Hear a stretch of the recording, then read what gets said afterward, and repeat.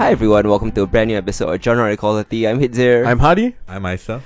This month is an exceptionally busy month Yeah, man. because it is almost the end of the summer season. Yep. It is also San Diego Comic-Con season, meaning there's a SDCC. ton of big news coming out Yep. of San Diego. Mm-hmm. We will be talking about it, of course, like we did last year. MCU just announced Phase 4, which is probably the most exciting thing that came out of there. But, you know, Yeah. there's other things like his Dark Materials and Witcher. Brooklyn Nine-Nine. That Which too. is not genre. I mean, WWE was there too. You know, that's for our other podcast. Yeah. We'll maybe one day we will include Brooklyn Nine-Nine into the episode. I wouldn't mind. But I think this month we have a lot of like big things to talk about, which is weirdly enough about superhero teens or superpowered teens from Yeah. Stranger Things Yeah, to yeah. Spider-Man to Tree Below. Yeah. There's a lot of superpowered teens going on, and also a lot of killer dolls. Yes. Yeah, Like Chucky. and Annabelle. Annabelle. Yeah, who has other killer dolls with her. Oh, man. Yep. And also like a lot of other things as well, including Isa's Anime Corner. Yep. Speaking of, we have to, I guess, start off on a somber note. Let's talk a little bit about the tragedy that hit Kyoto Animation Co. of arson attack that claimed, I think, 35 35 lives. So there was if you haven't heard, over in Japan, the anime powerhouse Kyoto Animation Studio was attacked by an arsonist earlier this month with a fire breaking out the company's first studio building. It's especially sad because the company is actually quite well known for its compassionate storytelling and respectful treatment of its animators. Yeah. I mean, it's been around for 30 odd years now. Since It the was 80s. Yeah. founded in 81.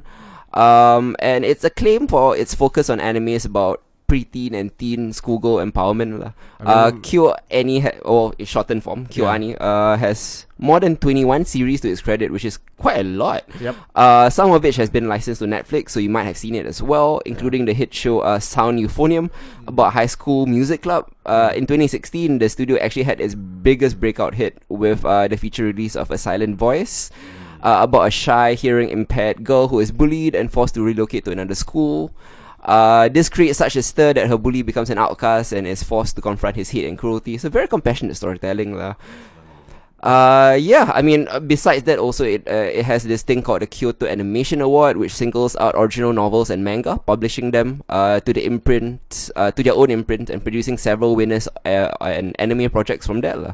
So it helps independent creators as well. The most prestigious grand prize winner, Violet Evergarden, which we've talked about a lot. Yeah. Isa has talked about it. It's about ghostwriters called Auto Memory Dolls, and was adapted into an anime series and licensed by Netflix last year. It's also been turned into a feature set to be released in Japan next year. Yep. But what sets KyoAni apart from its anime peers is its progressive employee relations. From what I've read, its animators in fact are salaried rather than freelance, paid per frame, ensuring quality over quantity. Yeah. So it's especially sad and horrific, but it's expounded because the creators targeted were like the very best in the industry in terms of quality and fair business practices. So these are really like good people. Yeah, I guess we'll turn it over to the resident host of Anime Corner for a while to get his feelings and thoughts about what happened. Our condolences to the victims and to their families as well. It's been pretty. There's been a lot going on, right? With this particular one, and given that the anime industry recently has been in the news a lot for poor employment practices, Yeah. and the amount of money that animators make, even these production houses, and how they struggle financially a lot of the time. It's very sad to see such a front runner in terms of championing the rights of animators and of the anime industry suffer such a tragedy. So we'll talk a bit about how the tragedy has actually affected one of the animes that I'm going to be highlighting for this summer season a bit later in the Anime Corner. But again, our sincere condolences to everyone who has been affected by this, and we hope that they'll get back on their feet soon enough. Definitely. I mean, Heidi, do you have any thoughts about it? Senseless violence lah. There's no reason. I'm not sure why the guy, this 41-year-old guy, right, that was Apparently arrested. he was complaining about plagiarism. Okay. Yeah. Yeah. So he was arrested. Yeah. It's just tragic lah. 35 people losing their lives over I think it might be the biggest terrorist attack in Japan since the subway gas. the nerve gas attack. Nerve gas attack, by yeah. that cult lah. Yeah. Yeah, seems so. It's just tragic lah. Yeah, indeed, man. So I mean, we felt we had to put that up front because real life takes precedence over the fantasy, horror, and sci-fi stuff that we'll be talking about later. Yeah. So once again, condolences to those affected at Kyoto Animation Company lah. Let's move on to, I guess, what you're here to listen to. Spider-Man and Stranger Things. Let's take it up a brighter note. Let's kick it off with, I guess, the biggest title, arguably, of this month. Spider-Man Far From Home. It's actually the MCU's first movie after Avengers Endgame and the final movie of Phase 3. It had a lot to do, and I must say it did them all splendidly. It's an utterly charming teen road trip movie that's filled with breezy chemistry, fun comedy. It's also a thrilling superhero story about self-belief and with great action, great emotional stakes, ranging from Peter's romance to MJ, played by Zendaya, who has a lot more to do with this movie than the previous movie, and his struggles to live up to Tony Stark's expectations, and the pressure heaped upon him to fill Iron Man's shoes. Spoiler alert, if you haven't seen Avengers Endgame, Iron Man is dead. But who hasn't, right? And most importantly, it handles Jake Gyllenhaal's turn as Mysterio brilliantly. Not only was Gyllenhaal's performance pitch perfect, the clever narrative twist and their marketing department's restraint in terms of hiding the film's twist has to be commended lah, because the whole marketing was around the multiverse, right? Yeah, man. Yeah, so that was brilliant. Mysterio's explain and the way Mysterio is explained and explored is so clever. And it playfully weaves in so much MCU continuity. Since Iron Man 1. Really organically. Plus it also, we're not gonna hit into spoiler territory yet. Not yet, So I'm just gonna say that in a vague term, it's very clever. Yeah. Probably the biggest twist in a Marvel movie since the Mandarin. Yeah. We'll talk about it a bit later. Okay, yeah. Plus, it also organically explores a post-Snapchat society, or the blip as they call it. Don't call it Snap anymore. Yeah. In a funny and organic way. Ranging from the blip PSA to a teacher's wife faking her blip to run away with another guy. Very leftovers. I really liked how easily this movie handled so much continuity. But I mostly found myself thoroughly enjoying its endearing sincerity and self-effacing moments, which is what Peter Parker stories usually are. Plus, and this might go over some hits, but this film very slyly satirizes modern-day superhero filmmaking and storytelling about being overly reliant on VFX and how fatiguing that can be. And also it talks about a post-truth Trumpian world. I'll explain more in the spoiler section, but I loved it. What do you guys think about Spider-Man Far From Home? I love the teenage elements of it lah. Very true to a Spider-Man comic. You know, more than it was very grounded to this like Euro trip lah. With less shenanigans lah. Yeah. Different kind of shenanigans. Yeah. Peter's awkwardness is really on display here. Yeah. He's being torn into responsibility as a superhero and responsibility of just being a student lah. Living his life and all that is great to see. His supporting cast is really strong, I feel. His best friend, what's his name? Ned. The actor's name, man. It's okay, Ned lah. Yeah. Ned plays a great counter to him lah. Yeah. And Flash Thompson, who is played by the Indian kid, right? Yes. Peter Ravioli is Italian, actually. Oh yeah, but he's Indian, I guess. Nope, he's Italian. Oh, he's Italian? Yeah. I really thought he was Indian. No, Peter Ravioli. Yeah. He plays Flash Thompson, right? Yeah. Okay. Well, he's good too. I loved him. Yeah. Every single scene. But I think race is a bit of a non-factor here. Doesn't matter. Yeah. So, but it's so funny. Yeah. Every single time he's on the screen, it's just hilarious. Yeah, but overall, it was a really fun movie. Really looking forward to Phase 4 now. I think this is a good bookend to Phase 3 lah. Right. Yeah. Non-spoiler thoughts from Aisa. We'll dive into spoiler sections after this. Yeah. I didn't spoil anything. There's a lot to talk about. No, I'm just saying I'm excited to get into it. Okay. Chomping at a bit. At this point in time, probably my second favorite Spider-Man movie. Yeah. Spider-Verse being the first, of course. Of course. Yeah. And how much do we give Spider-Verse? A lot. Quite a bit. Like 9? 9? Yeah. Probably so, close to perfect as you can get. Yeah, so it was breezy. It was easy to enjoy. I watched it several times, and I think on every subsequent viewing, there were just more kind of like Easter eggs to catch. yeah, exactly, and it didn't feel repetitive in any way. I think it's a triumph in the fact that they decided to go with this as the last movie of Phase 3. I thought it was a very interesting choice, right? 'Cause given how, I mean, I guess Endgame could have wrapped up on its own. I Right. guess, yeah. But at the same time, we needed some sort of closure, Yeah. and it's interesting for them to use Peter Parker as that way, as the He's way. the most grounded of them. Because It's it's true. the evolution, ma. It started with Iron Man, Tony Yeah. Stark. Yeah. It ends with Peter Parker, lah. And also, if you want to explore the grounded effects of the snap or the blip, who better than Yeah, a neighborhood- grounded kid? yeah. Yeah. Any neighborhood questions? Is Yeah. one of my favorite lines to ever grace a Spider-Man movie. Yeah. Yeah, I mean, like I really loved it. I think that it's a strong recommend even without us having to go into spoiler territory. Oh, definitely. Tom Holland, in my opinion, best live action Spider-Man, hands Agreed, down. I don't agreed. even think that is debatable at this point. Oh, but I have friends who don't think so. But Are they into Andrew Garfield? Which would be the worst option, lah. Yes, Yeah. they are into Andrew Garfield, and I'm curious why. You know, Got handsome. It's good looking, yeah. but Holland is no stick in the mud. Yeah. But he plays nerdy well. Is Yeah, he? but I mean that's kind of the point, right? And I think this is the first time that we have a legitimately smart Spider-Man, a legit smart Peter Parker. I don't think that Toby wasn't, man? Toby, they hinted at it because Ock was in the picture. Ah, okay. But in terms of the script and all of that, I mean, he built web shooters, like that's about it, lah. yeah, Yeah, right. yeah. And now you have Peter talking about the multiverse, about physics, and all of that. I think that's fascinating to see that, considering like where Spider-Man is now in comics No, continuity. Toby didn't build web shooters. His was Oh, his was organic- natural, right? right? Organic, So yeah. they didn't even Andrew have built that. the web shooters. Yeah, so Yeah. there you go. There you go. So yeah, okay. Yeah, but I think Tom Holland especially is very good at comedy, playing Yes. playing a kid, and also the drama, capturing Peter's essence. He continues to kill it, I think, in this movie. Yeah.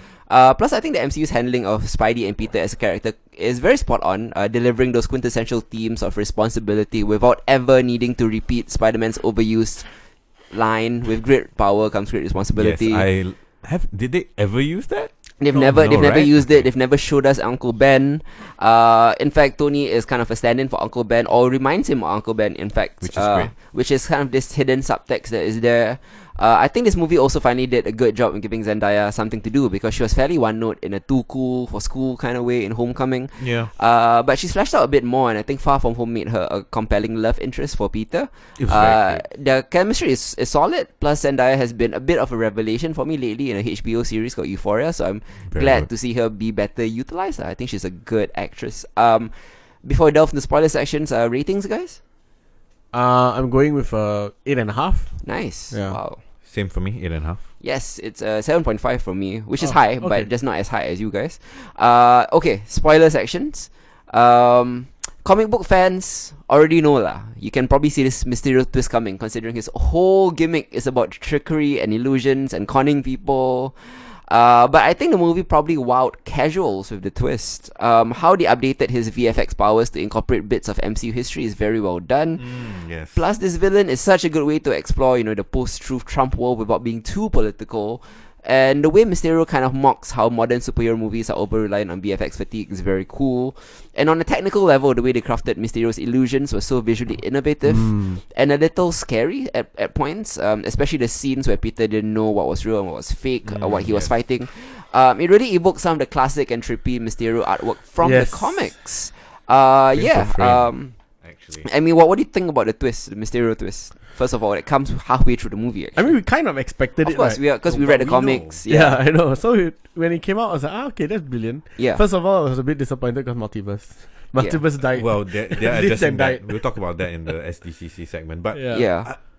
I for a moment, right, on my Yeah. first watch, I thought, maybe it could be, They went a it could different be way. true. Yeah, I mean, maybe there is a Mysterio in our world that That is bad, lah, rather than good, right? Yeah, but this particular Mysterio happened to be. I mean, we have so many versions of the multiverse where they flip heroes and Yeah, villains. Yeah. No, but around, it's just right? that Jake Gyllenhaal is such a charismatic motherfucker. Yeah. It is definitely his best performance in a genre Film. franchise. Really? Please, the last one was Prince of Persia. Oh Yeah. I forgot about that. Okay, yeah. Yeah, That's so- true. That's true.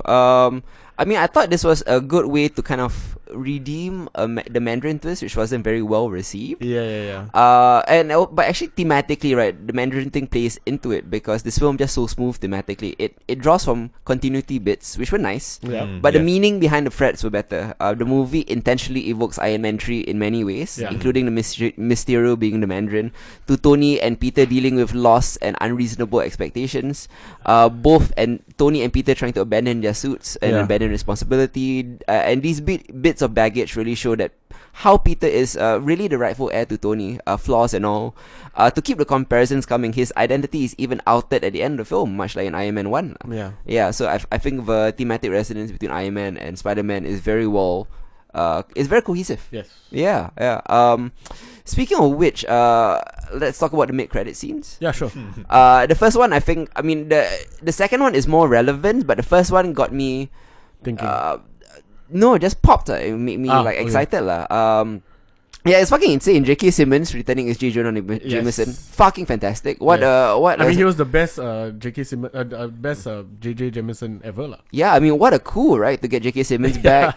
Literally squealed with joy. With hair. With hair. Yeah. The Daily Bugle being updated as an alt-right Alex Jones-ish conspiracy website. I love it. .net, right? Yeah. It's a really nice touch. And that cliffhanger was so unexpected. It really upended Spider-Man mythos as we know it. I mean, because Spider-Man, when he himself revealed his identity, what? That was Civil War. That was Civil War, yeah. Where he took off his own mask, but Yeah. this was, Yeah. unwarranted unmasking. Mm-hmm. Yeah. Yeah. Well, we'll see. We'll see where this goes. I mean, like straight up, I want to see what Flash's response is going to be when he finds Yeah, out. man. Yeah. Or whether they even believe, because Yeah, it is man.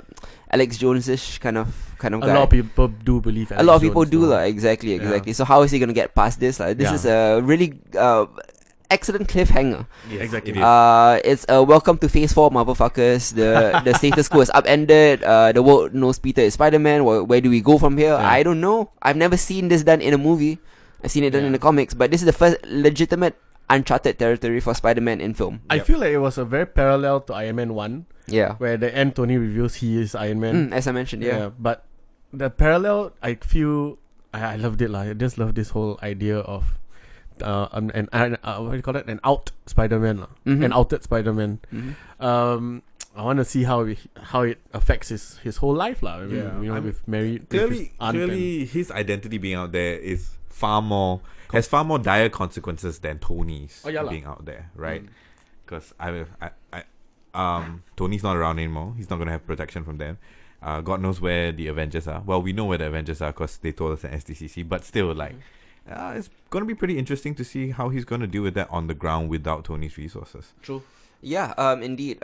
Also, the stinger at the end where Mariah Hill and Nick Fury are revealed to be Skrulls. Great double fake out. It was both shocking and funny because it gave me a jolt before I went home, which is Yeah. nice. It didn't just swerve us with a secret invasion twist. Uh-huh. It swerved us again by revealing that the Skrulls are actually good guys working for the real Nick Fury. Exactly. So it's a reverse secret invasion. Nick Fury is now based in a space station, which I think introduces SWORD into Yes. the equation. Yes. And the Skrulls weren't just used as random Skrulls; they were were the- Talos and Soren from Captain Marvel. Yep. Really good stuff. I know that Kevin Feige does not want to use. I mean, it's kind of explained in the comics that Nick Fury has a lot of LMDs. Yes. So this is a good way for them not to touch Agents of Shield and Yeah. find an organic replacement for LMDs with the Skrulls. Yeah, let's not cross over agents anymore lah. Mhm. Let I them mean, do their thing because they're kicking ass lah. And, Yeah. and you're gonna end soon, so. Yeah. Yeah. So I mean, what do you guys think about the end, and what does the bode for the future of the MCU with the Skrull thing and the sword thing? I mean, Okay, you go it first. it opens a lot of doors now, right? We're gonna have more cosmic adventures, that's for sure. Mm-hmm. But oh man, I really want to. You saw the lineup for Phase 4, ma. It feels like this has to be answered in one of those movies, lah. Yeah, but that's about it, lah. I'm quite excited for it, lah. Yeah. I think the main thing for me is that it helps me to explain some major problems that I had with Nick Fury's character in the actual movie itself. Yeah. It's so many points in which I just like, that's not Like, you know, that's It's taken not by real. surprise quite frequently. Yeah, so like the decisions he makes, sometimes the things that he says and the way that he acts are very out of character for the Nick Fury that we've kind of seen in and out of all the movies across like 3 phases, right? Yeah. Because now it does kind of seem that Nick Fury could have been a Skrull all this time, lah. I mean, not Since necessarily Captain like Marvel lah. this particular Nick Fury seemed like a caricature of the Nick Fury we have seen in previous Yeah. movies, which Agreed. makes it all the more obvious that someone was playing Nick Fury. Lah. Yeah. Yeah. Like what they And thought Nick Fury was, but that they didn't know how to be review Nick Fury. helped to explain like all the issues that I had at first, Yeah. with the way that you Nick know. Fury getting blindsided all the time. Yeah, Yeah. because like everyone knows, right? Nobody's gonna play Nick Fury like that, right? And Nick Fury would never give him the glasses, Huh. Yeah. Okay. Mm-hmm. never. Okay. Okay. Like he would disrespect Tony's wishes. That's what I think Nick Fury would do. Yeah. But in any case, I love the little gag. I'm going back to the movie. Yeah. The way he put on the glasses for the first time. I mean, and then he was trying to get the AI to cancel out the Oh, yeah, the to text delete the message, code. and Yeah. instead wanted to eliminate him. Yeah. And the Yeah. drone came down for the fucking space station. yeah, Yeah. I love that bit. Even in death, I'm the hero, Edith. Even in death, I'm the Yeah, I mean, really good stuff. I enjoyed Spider-Man Far From Home quite a Yeah, bit. yeah, me too. Who would have thought like 3 Spider-Man big screen features in a row? Never seen that happen before. Yeah. It always somehow falls at the third. The third act. Yeah. So now that I've seen 3 big screen live action, not live action, one is animated, but Yeah. three big screen Spider-Man movies in a row. I mean, I'm just so hopeful for Spider-Man. He's kind of redeemed once again. Yeah. Back in the pop culture consciousness. Can't wait to see how he's involved in Phase 4, what his life becomes in Phase 4 now that he's out there. What's the deal with Sony, by the way? What is the deal with Sony? This deal with Sony ends here, actually. Right? Yeah, Yeah. but they had the option to renegotiate. The rights will go back to Sony if Far From Home didn't make $1 billion, which was in the contract. And Far From Home made $1 billion already. Yeah. Whoa. So the rights go back to MC. Well, at least a co-sharing rights for the next few movies. Okay. Yep. I didn't know Far From Home had made $1 billion already. Oh yeah, way past $1 billion. Already. God damn. Yeah. Good job, guys. Yep. It made $1 billion in the second weekend. Wow. Yeah. So a lot of people were worried because we knew about the clause in the contract where Yeah. if the second movie doesn't make $1 billion, Like Sony just takes it back. Sony has to take it back But like That explains the Feige marketing, wasn't super worried about it. Yeah. Yeah. Okay. Yeah. So I mean, great stuff. Moving on to other superpowered teenagers. In the summer blockbuster season, that's just been, I mean, outside of the MCU, kind of a barren wasteland of failure after failure, where it seems like nobody outside Kevin Feige knows how to make a popcorn spectacle anymore. It only makes sense given how our viewing habits are trending that the best summer blockbuster isn't in the Cineplex, it's on Netflix. Yeah, man. Yeah, Stranger Things is back after a gap year last year. And I must say it's been really a return to form lah. Yes. You know, I've been pretty vocal about being underwhelmed by Stranger Things 2, which I thought was too cold and too dark and too little fun. But Stranger Things 3 wisely shifts from its gloomy fall-winter trappings to summer. Yeah. Instantly, everything is warmer, brighter, colorful, and that tone kind of extends to the show itself. Yeah. The supernatural threats of the Upside Down and the shady government operatives, although they're evil Soviets this time, Yeah. once again provide the threats. The real joy of the third season actually is kind of the charming relationship stories, either Yeah. between kid and parent, or between the kids, or between the two adults. It kind of ranges from the raging hormones of the teens to kind of unresolved sexual tension between Winona Ryder and David Harbour. Stranger Things is fun whether they're fighting monsters or just hanging out at the mall. In fact, the character stuff is so good, I would actually happily watch the show if there were no monsters. Yeah. So I was kind of realizing throughout the season lah. The stuff with the kids navigating puppy love is adorable, as are the issues with childhood friends growing at different paces, as is the case with Will, Yeah. who just wants to play D&D all day. Even the buddy cop side story of Hopper and Joyce is really amusing and affecting. Even Nancy kind of has like something interesting to do this season, which was weird. I've never seen Nancy do anything interesting. So everybody was kind of fun. Yeah. Yeah. Nancy had the whole investigative journalism thing going on. Mm-hmm. Yep. right. Yeah. So what do you guys think about Stranger Things 3? Overall, yeah, you're right. That from season 2 to season 3, the beats changed a lot lah. Mm-hmm. It was a lot brighter. Yeah, the whole summer thing was great. Wow, the character development for nearly everybody was on point. Yeah. I can't think of anybody who. Will's older brother. Had nothing to do. He was only Oh, in the, John. He was Oh, only yeah, in the he- Red Room. Yeah, yeah, And yeah. then his entire character arc this was season just following Was Nancy. just being outraged. yeah, And being like, of- Nancy, we shouldn't do that. Well, most of the outrage came from Nancy closed the door. Nancy closed the door, you're right. There was this entire thing this Yeah, season. yeah, yeah. Like Okay, his okay. pictures are all ruined. I feel quite bad for him. A lot of times, yeah. Yeah. Anyways, but the actual show. Yeah, but the kids, like, Mm-hmm. that whole puppy love thing was crazy and ridiculous sometimes. 11 coming into her own, more vocal, more like more comfortable with the group lah. David Harbour, I think, did such a brilliant job this season. I agree. Right? David Harbour was, I mean, after the shenanigans that was Hellboy, so great to see him in this. Yeah. Just being David Harbour lah. And his chemistry with Winona Ryder, you're right. It's quite epic lah. Spoilers alert for later lah. I mean, the spoilers we talk about later, Sure, right? yeah. However, I had no problems with this thing, and the finale was great. How they kept it off and using the Soviets, this Red Dawn kind of analogy throughout the thing was kind of cute. Well, Yeah. they reference so many 80s movies. Why not Red Dawn? Red Red Dawn Dawn is lah. the one they haven't touched yet, right? They did what? I mean, Yeah, up yeah. till now lah. Oh yeah, Yeah, that's yeah. true. That's true. So the first scene, spoiler, the first scene of the like Soviets coming in and all that, and I'm like, oh shit, son. They didn't need to pan out to the Soviet flag, by They the way. had to. They had No, to. but I mean, like, it's yeah. Well, I mean, if some kids didn't know what a Red Room is, let alone what Soviet What is the Soviet Union? Yeah, so maybe, They had to, never. Gotta They educate. didn't grow up during the Tom Cruise Top Gun era. The start, you see. Yeah. That's true. What did Isa think about it? Oh, definitely my favorite part of this are the new characters. Robin is by far my favorite character that's been on the show. Yeah, played by Maya Hawke, the daughter of Uma Thurman and Ethan Hawke.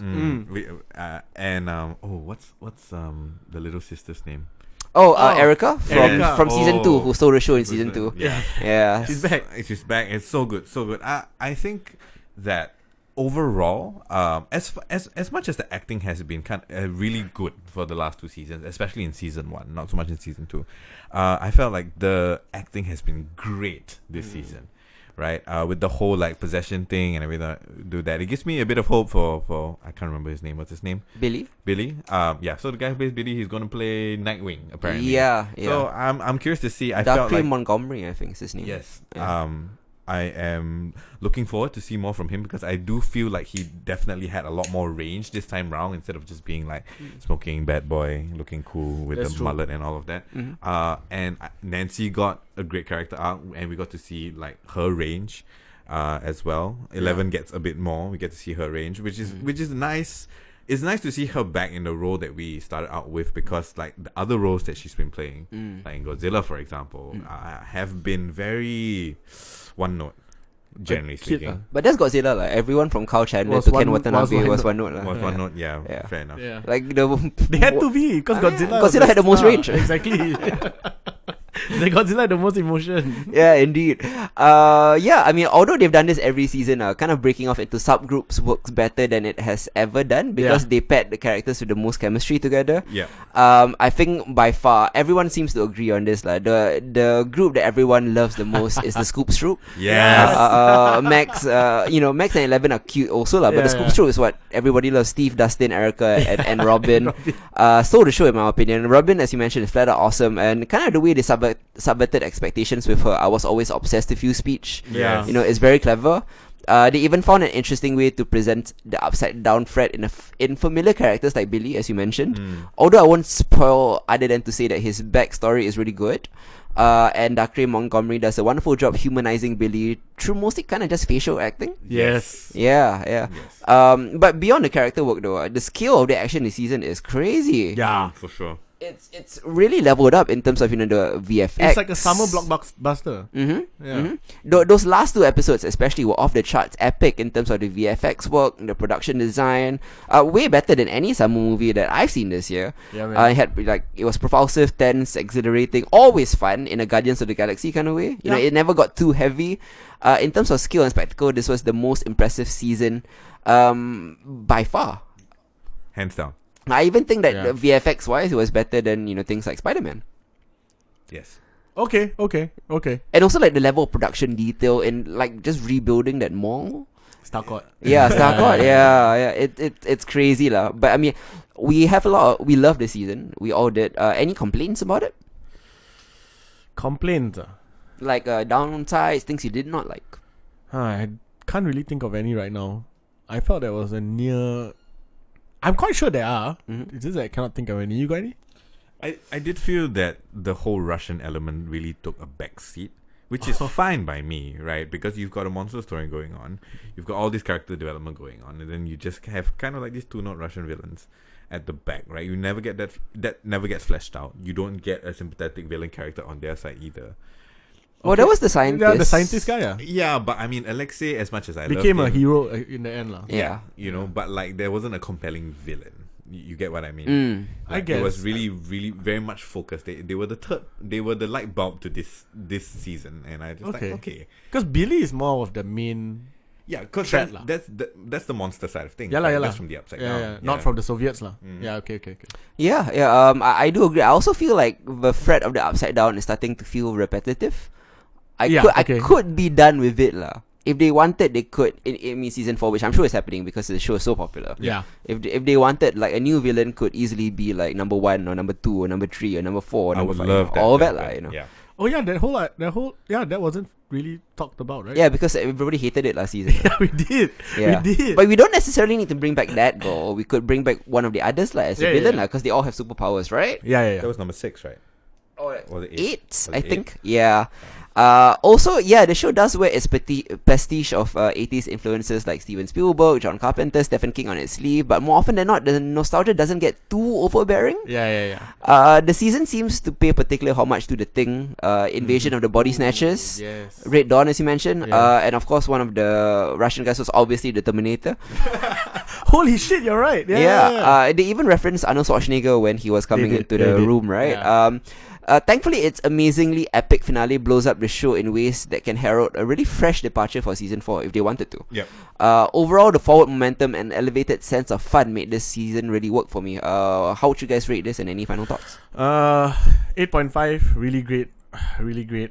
I mean, I watched it twice, lah. Oh wow! Yeah. 16 hours, huh? Yeah, man. Yeah. Oh shit, no. The last one is 1.5 hours. 1.5 hours. Yeah. 8.5. Nice. Yeah. What about you, Isa? It's an 8 for me. Yeah, it's an 8 for me as well. Strong recommends all around. A bit spoiler note lah, right at the end right here. Sure. So clearly Hopper's not dead, right? I don't know. There was the American prisoner in the Russian Yes. camp. Teleported? No, they could have abducted him right before the explosion because you saw a bunch of operators come in right before the explosion, Yep. and then they never cut back to Hopper. They could have taken him just before the Just explosion before the again. explosion. Yeah. Maybe. I think he's too big a part of the franchise to sacrifice right now. Or he teleported, lah. I would like to believe he teleported. I mean, who knows? He might have gotten powers from the explosion Maybe. or whatever. You know, that's how all people get powers from explosions in science experiments. Maybe he got sucked into the upside down. Indeed. It came out in And Russia. came out in Russia, yeah. Yeah. You should have come on Australia, right? Anyways, I mean, 8 and 8.5 from Hadi as well, so very highly recommended. rated. Okay, so let's talk about won't be too big of a topic in Nah. this episode, but we'll have to address it It's since Disney. it also has made $1 billion. It made $1 billion. Yeah, in its 1.5 weekend. Surprising. Yeah, God damn. Disney this year. This is what, July? Yeah. As when you're hearing this is August lah. But as of July right now, they've already surpassed their last 2 years. We're making $7 billion already. A lot of it is thanks to Endgame. And Star Wars is not even out. Star Wars not even out, so think about how much more they have. Wow. You know, it's crazy. But yeah, well, we are talking about Lion King, which Yeah. made a shit ton of money. Disney is going all in on remakes, and why not? Like, it is making them a lot of money, so I Yeah. can't really blame them. The point of a business is to make money. They'll be stupid if they don't do this. The latest is Lion King, which features an all-star cast that includes Donald Glover, Beyonce, Seth Rogen, John Oliver. I could go on lah, but they will take the rest of the episode. Say Scar's name. What, Chitawal Ejiofor? That guy. Yeah, no, I love it. I always mispronounce his name. He's from Serenity, so I've Yeah. remembered how to pronounce his name. I cannot. Yeah, but the real star of the movie, some truly breathtaking CGI. The technical theme that Jon Favreau employed to create this talking, singing, photorealistic lions, and the sweeping African landscapes offers audiences something completely new to watch, and it's very visceral. Like every piece of grass, half animal breath, footprint in the sand is rendered perfectly. It's a spectacle that wows the eyes. It's does. crazy, right? The level of technology here, and it is a showcase for that. But in my opinion, it's lacking in the heart department. It's a great dramatic adaptation of Planet Earth, but a terrible adaptation of The Lion King. So that's what I thought about That's it. a good one. What do you guys think about The Lion King? Honestly, right? Yeah. I think that even though the lines are the same, the delivery might be the same here and there. Yeah. What was missing? Why was heart missing in this, even though they had the exact same thing? It's the exact same story over again, so there's nothing new. So we have seen it before. There's also lack of facial expressions in That terms one, of right? it. Yeah. Because the lions were like real lions, lah. Yeah. I mean, photorealistic lions. Mhm. However, this movie still had certain fun points, lah. I would say. Billy Eichner and Seth Rogen playing Pumbaa and Timon and Pumbaa. Great guys. I love John Oliver's rendition of Zazu. Yes. But there were certain problems, lah. Overall, I was okay with the movie. I agree with you that it lacked the heart that the first one had. And it lacked certain because of it not being an animation, there's certain things that it cannot do, like, you know, like how the Be Prepared song by Ska. Yeah. How great that scene was Yeah. in the first one, and I Can't Wait to Be King. Yeah. That whole thing was also like kind of dumbed down, lah. Yeah. Even the every single song would kind of like didn't have that kind of epic feel that the first one had. Yeah. Because it is photorealistic, because of this great visual magnificence that it is, and therefore the heart kind of loses, lah. Yeah. What did Isa think about it? Oh, it is an impressive movie. Yeah. To say the Technical least. level, yeah. It maybe by far. I mean, given that we've gone through 2 Jungle Books, and this is the most photorealistic CGI movie ever made up to this point, it is incredibly impressive. Yeah. But it feels so hollow, unfortunately, for me. And I don't know it's because we are suffering from some sort of like nostalgia, Fatigue? perhaps. But there were so many things that just fell flat. Yeah. In terms of like the voice acting, I mean, Mufasa and Scar were great. Timon and Pumbaa were great. Zazu was great. Beyonce had a horrible time of things. Yeah. Not the voice actress, clearly. No. Yeah. And I felt like the editing of her voice, like it felt so choppy. It felt like they took individual words and strung it together just because she didn't have time. Like one of those Stephen Hawking computers, right? Yes, With it Beyonce's voice. sounded a lot like that. The one that was really jarring was a bit spoiler. The one when she says, "Lioness attack." That was so like what? Yeah. Right. Where was the rage and the passion? It was very puzzling because given the kind of performer that Beyonce is in real life, why did that not translate? I'm very, very curious about that. Like, especially if you think about the whole Sasha Fierce thing, right? I thought Childish did an okay job. You know, I didn't particularly like his performance. I had a major issue with the audio of the movie. I don't know if it was because of the cinema that I was watching it in. Yep. But it was very poorly mixed.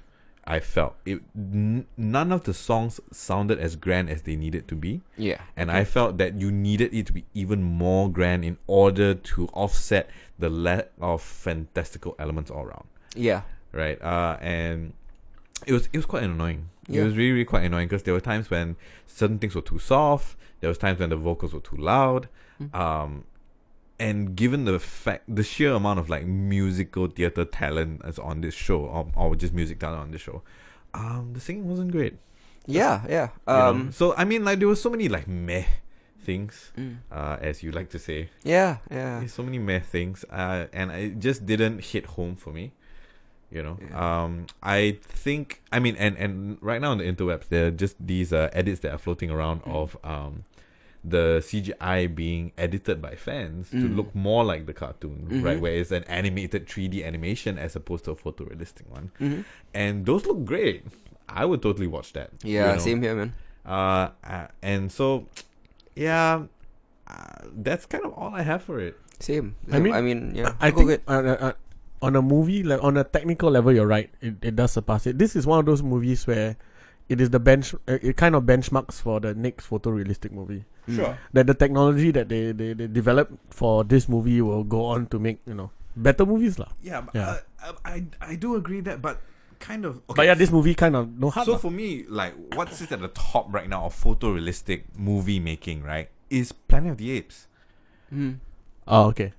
It is a great movie Yeah, with fantastic CGI, photorealistic CGI. You're talking about the War of the Planet of the Apes, right? Any one of them. The Matt Reeves second one. two. The Matt yeah. Reeves one, not Yeah. the Yeah. not the 2001 one, right? 2001 one? No, the Mark Wahlberg one. No. I'm talking about The recent one, yeah, right? The recent Okay. one. Yeah. Yeah. Right. So just, I mean, like, you can make a good movie and all of that, Yeah. right? I feel like trying to do the remake was the death of the movie to begin with, and it is definitely the most successful remake they've done so far. Sure. Right, out of everything that they had so far, Aladdin and all the princess stuff that's I think going Beauty on. and the Beast might still be more, but it's probably on track to surpass it soon. Lah. Yeah. Yeah. Right.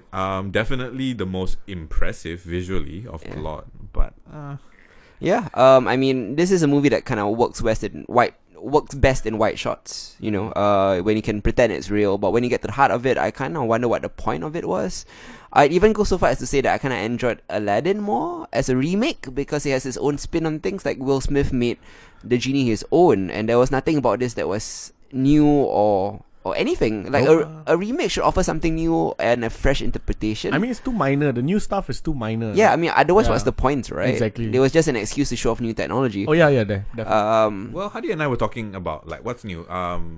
Right, Scar's relationship with the hyenas is new. Oh yeah, that was quite a nice But little it addition. wasn't lah. enough. It wasn't. That's the thing. It really, really wasn't enough. Yeah. And well, How would you guys rate this? I'll give it a 5.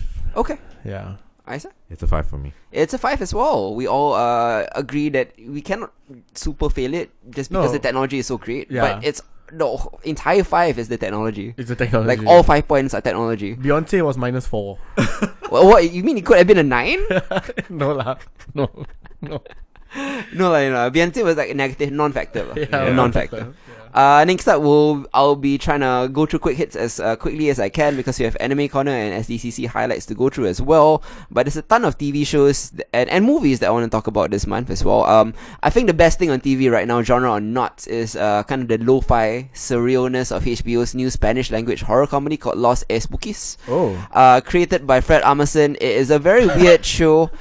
Set in a fictional Latin city that follows a group of millennial Latinx goth weirdos who embrace their passion for the macabre and decide to make a business out of scares. Yeah. It's like a reverse Scooby-Doo where you root for the people setting up the haunts instead of the ones who are solving the mysteries. Okay. So these oddballs follow their endeavor from one absurd scenario to the other, leading to some of the most unconventional humor you'll find on TV or on film. For example, the pilot focuses on a priest jealous of a young hot priest and wants to stage an exorcism to prove that he's cooler. Or there's an eccentric billionaire who dies and leaves his fortune in his will. Okay. He wants to invite 5 strangers to stay in his haunted quote-unquote mansion, Okay. and the last person standing wins the fortune. Okay. Apparently, this is quite routine in their line of work because it's called the Standards Inheritance Scare. Oh. So there's a standard to it. Okay. There's a local town in need of tourist commerce and hires them to hoax the invasion of a tentacled sea creature. So you get the idea lah. Yeah. But underneath all the latex and fake blood and bizarre antics, Lost Espookies has a ton of heart, and the series is really about embracing who you really are and following your dreams. Each of the characters face their own rocky path to self-acceptance because they're so weird, and it's extremely silly but also somehow still relatable. It's an off-kilter show and it's very weird and very dry and very absurd, but endearing lah. Okay. The jobs form the crux of the laughs, and the comedic ensemble is so talented and well matched. Their scares may be fake, but the world it's set in has a degree of magical realism because there are some truly fantastical things going on. Other than the gang's low budget productions, there is magic going on. There are demons, there are monsters. The series just embraces this surreal alt universe, building a rich world where the surface level concept evolves into something stranger, blurring the lines between fantasy and reality. It revels in like magic in mundanity, a bit like how What We Do in the Shadows does it, but it's just infinitely more weird. One of them is, for example, one of the characters. One of them is the heir to a chocolate empire. Yeah. And his I can't even say this without laughing. He is possessed by a mermaid parasite demon. Okay. who will only leave him Uh-huh. if she gets to watch the King's Speech, the movie. Okay, the one Colin Firth. Yeah. So she just wants to watch it. So he has to watch it, but he hates Colin- like period, period drama. English movies. Okay. So that is one of the storylines.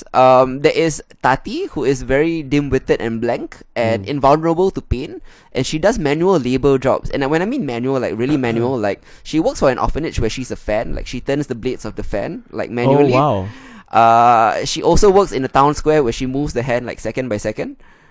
In a giant clock before being taken in by a Herbalife pyramid scheme where she's being held hostage.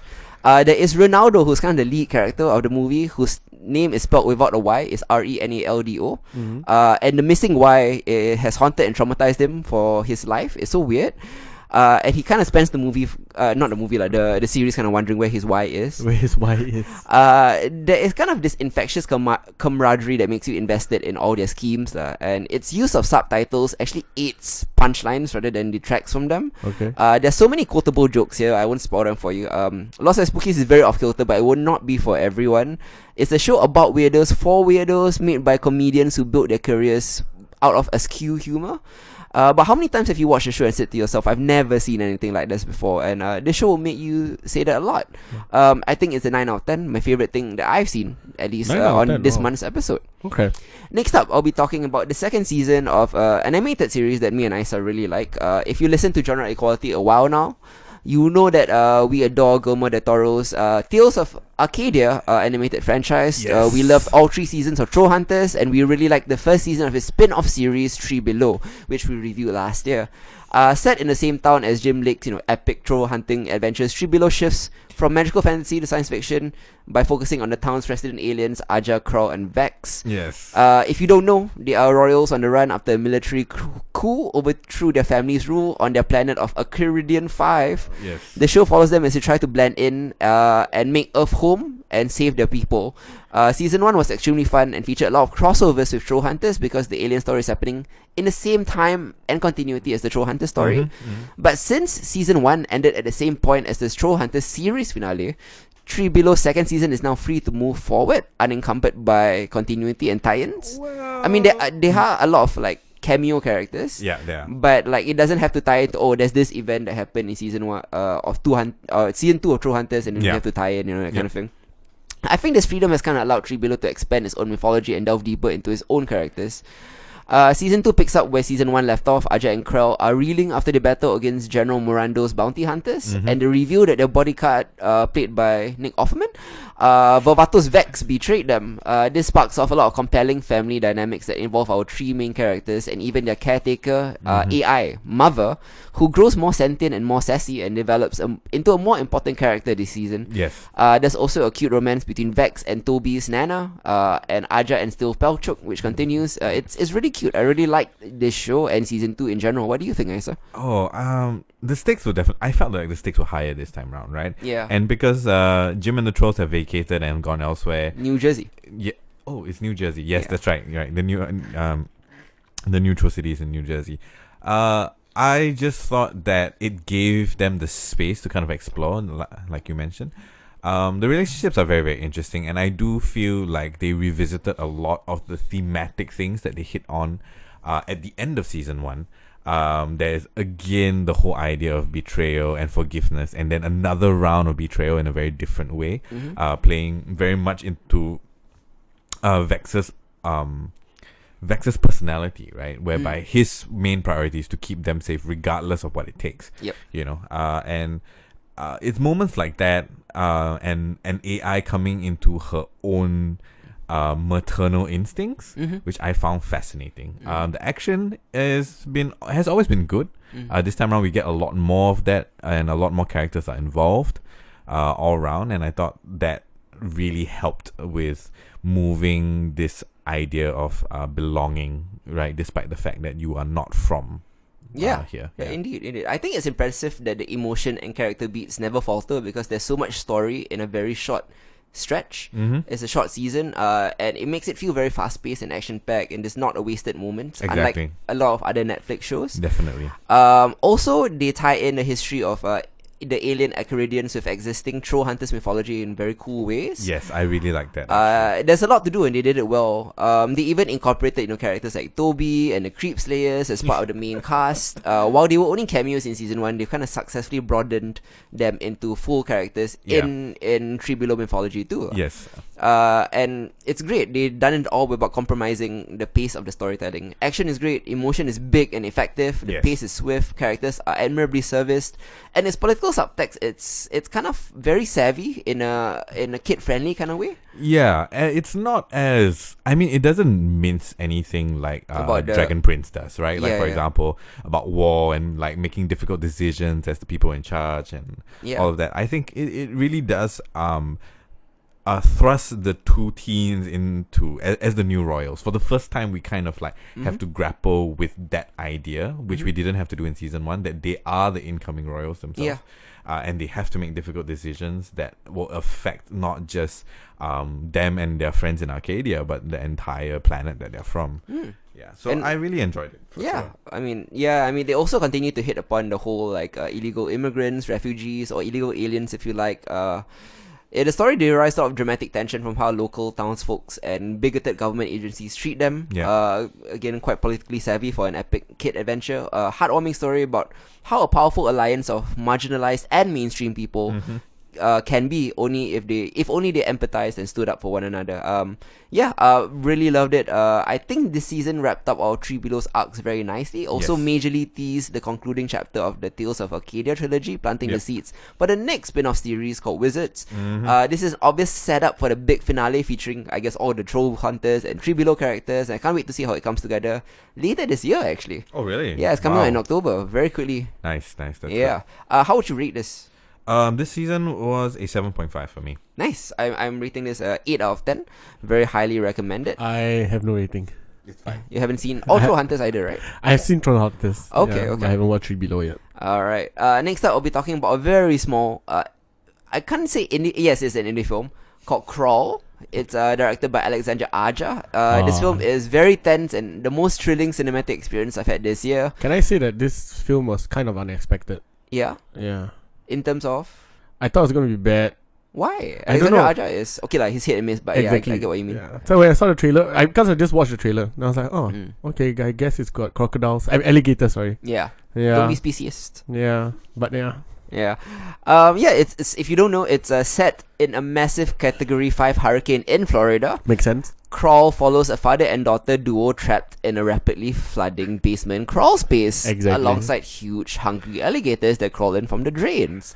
Yeah. It's a simple creature feature premise, but Crawl's claustrophobic terror is executed with anxiety-riddled perfection. Yeah, man. Like, I'm kind of a horror vet, nothing scares me anymore, but this movie made me like so fucking jumpy. Yep. Look, this isn't high art, but it's probably gonna be the most intense fun you've had in theater in a while, like Yeah. a roller coaster. Yeah. There's nothing like a B movie creature feature done well, and Crawl is just relentless with the gruesome body horror. Ooh. There's like gory compound fractures, flesh Yeah. ripped to shreds, etc., etc. And also there's the unwavering suspense above and below water, what you can see and what you can't. Yep. Genuinely creative set pieces, and in an era of, I would say, quote-unquote elevated horror, where artful approaches and deep themes, with like Hereditary and The Yeah, Witch, yeah. etc., right? Mhm. It's a little refreshing to see a horror movie go back to fundamentals. Yeah. Like executing simple classic horror so effectively. Yep. Almost brainlessly, but so viscerally, like you feel it. Yep. Are there ludicrous or outlandish moments? Of course Yeah. there are. Like how she doesn't take damage after like she got tossed around for a while. And Yeah. then she was like totally fine the next scene. It's been established she's in the swim team. That makes her invulnerable in the water. But like it was okay. I mean, apart from that, it was great. Yeah. For such a low budget film, actually, the gators here look really good. It did. Feels Yeah. incredibly realistic. I felt like they used real gators. Yeah, sometimes, right? Right? Yeah. I mean, in the end, I think kind of the cheesy or ludicrous moments are forgivable because Yes, it delivers on the promise of the trailer. Correct. Yeah. And in fact, improves upon it. Mm-hmm. Crawl, a perfect combination of fear and fun I've Ooh, had. yeah. And it's best seen with a loud audience. Watch it Yes. with like a very receptive, audience. Yeah. This is fun. You got any more thoughts about Crawl? I loved it. I loved everything about it. It was unexpected for me Yeah. to when I came out, I was like, wow, that was really fun. That was really good. Yeah. So I think the stars were The Gators. the Gators lah. I know, but I actually really did. No, but she was really good though. Kaya Scodelario finally getting a starring role post Skins. And she really pulled it off lah. Yeah, I know she was in the Maze Runner series but nobody cares about that. That's why. Yeah, I thought it was great. I also really liked how they developed they didn't have to, Yeah, because this is a silly movie. Yes. But they developed the father and daughter They into did. a relationship that I cared about. Yes. Like, I understood why she would do such a stupid thing. Correct. To go and find her dad. I mean, she loves her dad lah, wants to save her dad. Yeah, I get it, sure.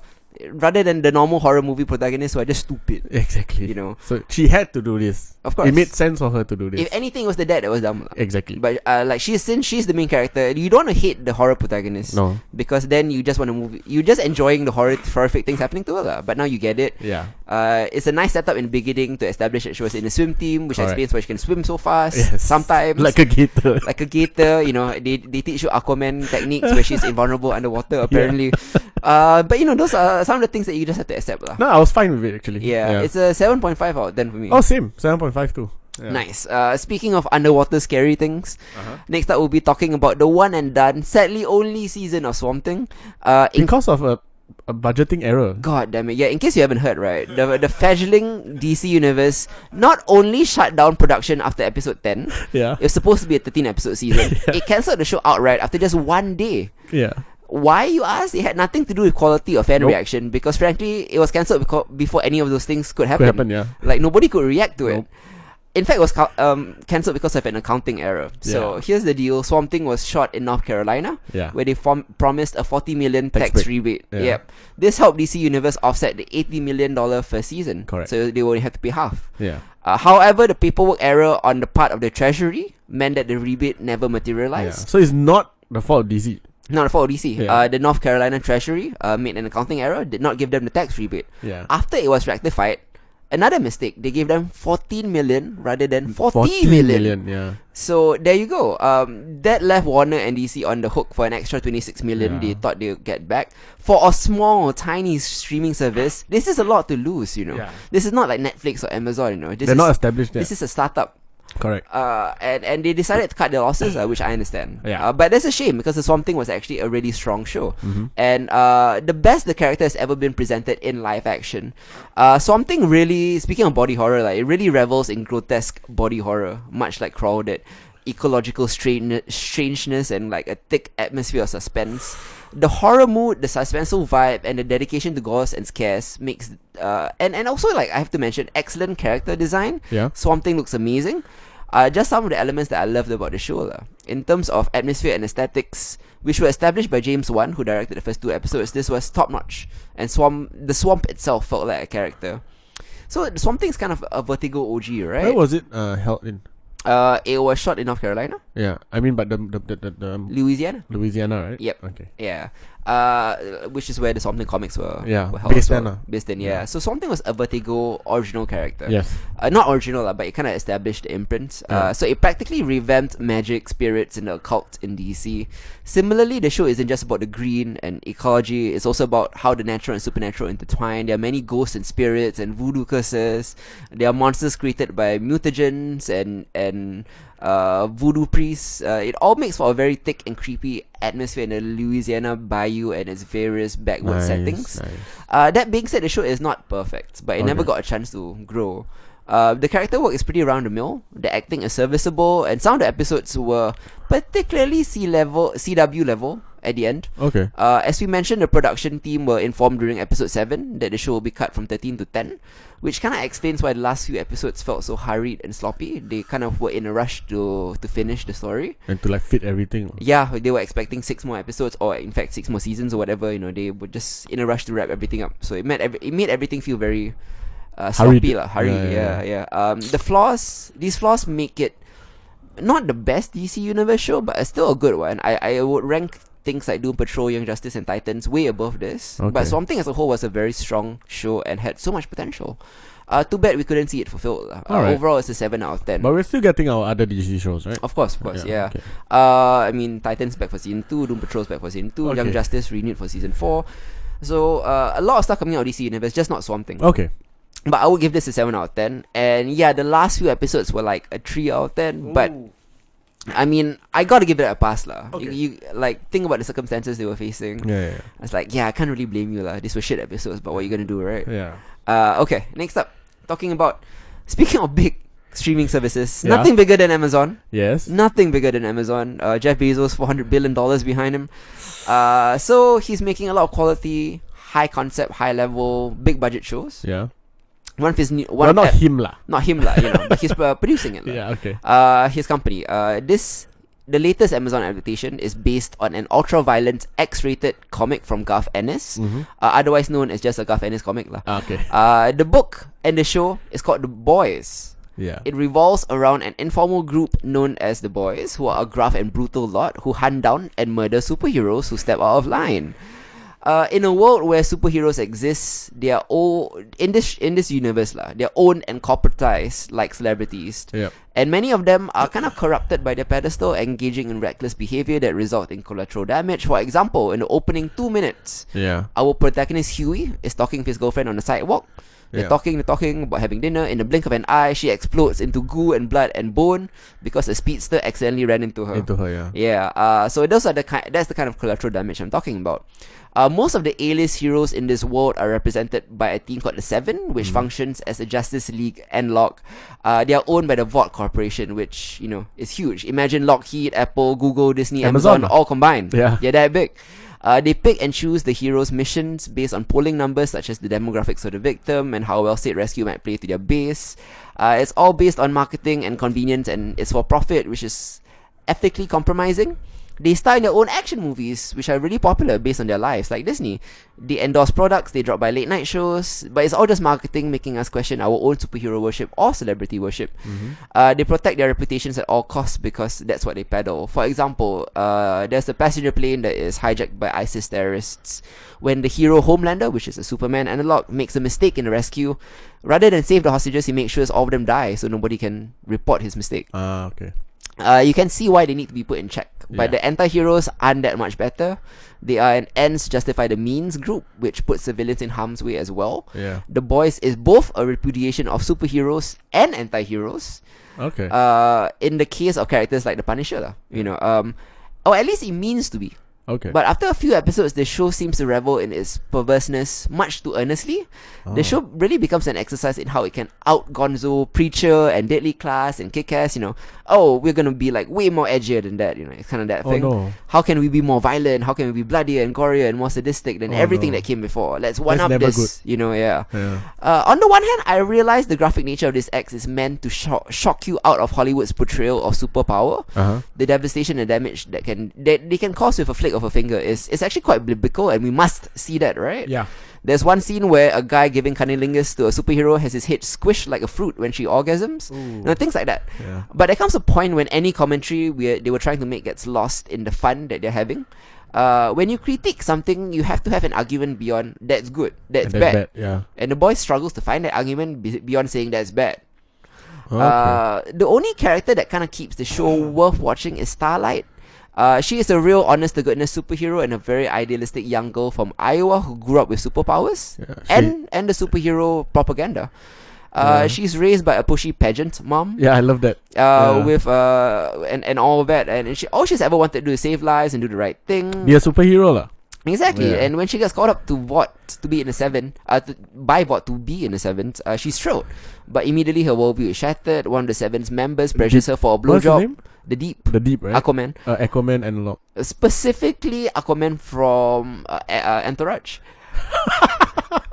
Specifically, You're so right. specifically Vinicius, right? Yes, it is. Yeah, but like he pressures her for a blowjob in exchange for membership. Yeah. So more celebrity parallels there. Later on, she's forced to endorse a Pray the Gay Away campaign because it appeals to her base. her conservative base. Yeah.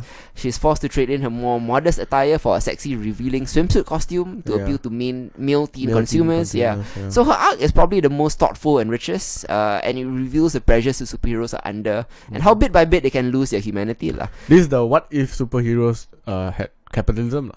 Indeed. Yeah. So her rejection of Vought and the Seven is the only storyline worth actually rooting for. Yeah.